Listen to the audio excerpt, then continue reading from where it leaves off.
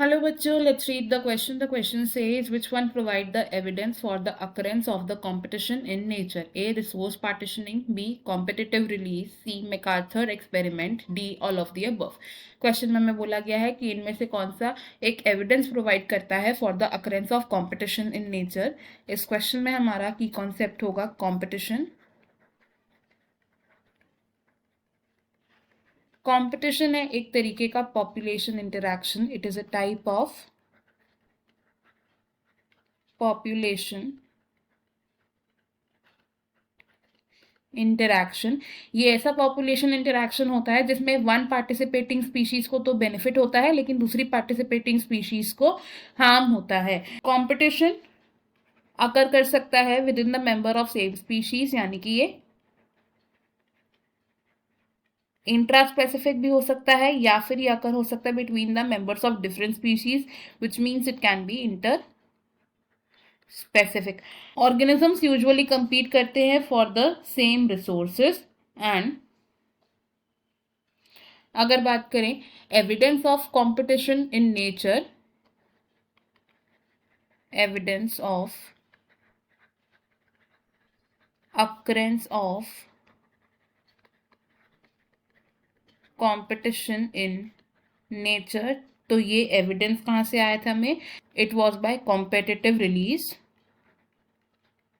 Competitive release. अब competitive release को हम कैसे एक्सप्लेन कर सकते हैं?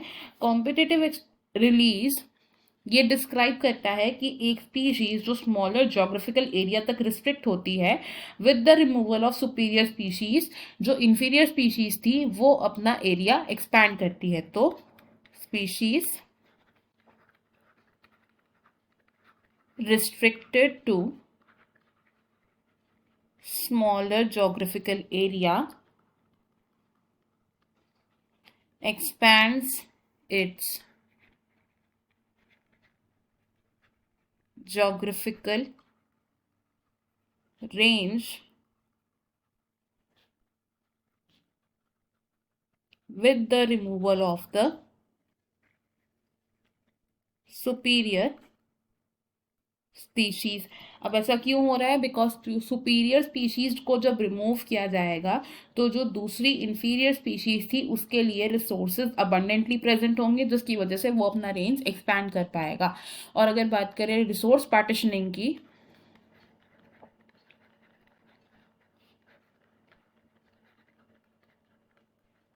रिसोर्स पार्टिशनिंग की, तो रिसोर्स पार्टिशनिंग क्या होता है? इट इज अ फिनोमिना जिसमें स्पीशीज जो सेम रिसोर्सेज के लिए compete कर रहे होते हैं, ये कंपटीशन को अवॉइड करने के लिए डिफरेंट फीडिंग मैकेनिज्म्स को अडेप्ट कर लेते हैं. Species adapt different feeding habits to avoid or to minimize competition. And resource partitioning का एविडेंस दिया था मैकार्थर एक्सपेरिमेंट ने. It's evidence was given by MacArthur experiment. MacArthur ने अपने एक्सपेरिमेंट में ये शो किया था कि एक ट्री पर 5 क्लोजली रिलेटेड वॉर्बुलर्स स्पीशीज रह रही थी एंड इन सभी स्पीशीज ने डिफरेंट फीडिंग हैबिट्स को डेवलप कर लिया था to avoid the competition among them. तो अगर हम अपने ऑप्शन देखें तो occurrence of competition in nature का एविडेंस दिया था ऑप्शन बी कॉम्पिटिटिव रिलीज ने. Option A, option C and option D wrong है. इस क्वेश्चन में हमारा करेक्ट आंसर ऑप्शन बी होगा. I hope you understood it well. Best of luck. Thank you.